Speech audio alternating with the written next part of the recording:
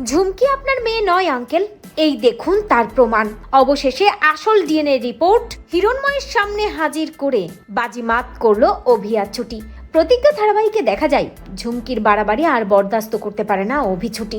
বিশেষ করে ঝুমকির ফাঁদে পড়ে এই হট ড্রেস পরতে যে ছুটি বাধ্য হচ্ছে তা বুঝতে পারার পর অভি প্রচন্ড খেপে যায়। তাই পরদিন সকাল হতে না হতেই অভি ঝুমকিকে বাড়ি থেকে বের করে দেয়।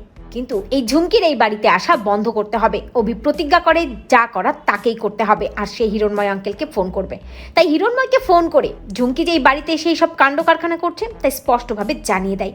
একই সাথে অভি এটাও বলে হিরণময়কে যে আপনার সাথে এখন আমার শুধু প্রতিদ্বন্দ্বিতার সম্পর্ক, এছাড়া আপনার সাথে আমার কোনো সম্পর্ক নেই, সেটা আমি ভুলে গেছি। অভি ফোনটা রাখার পর ছুটি খুব ভালো করে বুঝতে পারে এবার গল্প অন্যদিকে মন নেবে।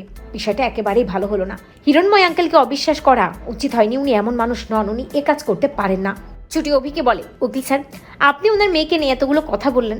ঝুমকি তো ওনার মেয়ে, তাই না? উনি বাবা হয়ে এসব কিছু নিশ্চয়ই হজম করবে না, আপনার উপর আরো খেপে যাবে।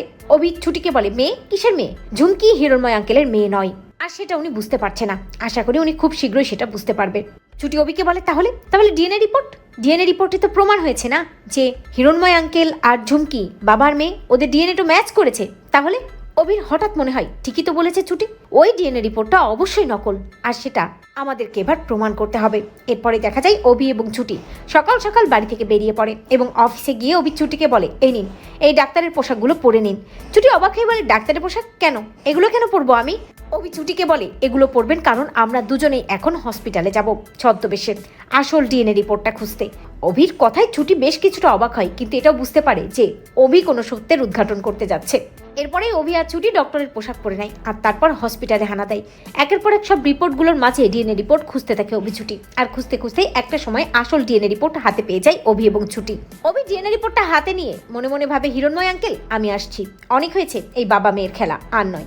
আমি ঝুমকির এই খেলা শেষ করবো আর আপনার চোখে আঙুল দিয়ে দেখিয়ে দেবো অভিমন্যু শঙ্কর রায় ভুল বলেনি, যা বলেছে ঠিকই বলেছে। এরপরে দেখা যায় হিরণময় যখন বাড়িতেই থাকে, অফিস যাওয়ার জন্য বের হতে যায়, ঠিক তখনই অভি এবং ছুটি বাড়িতে হাজির হয়।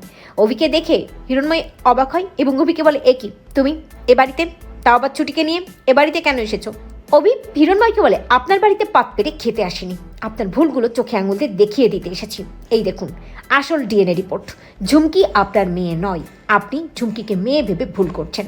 যে রিপোর্টটা আপনার কাছে ছিল সেটা একটা নকল রিপোর্ট, আর সেটা বানিয়েছে ঝুমকি। ঠিক তখনই সেখানে ঝুমকি চলে আসে এবং ঝুমকি ওই ডিএনএ রিপোর্টটা দেখে বেশ ভয় পেয়ে যায়।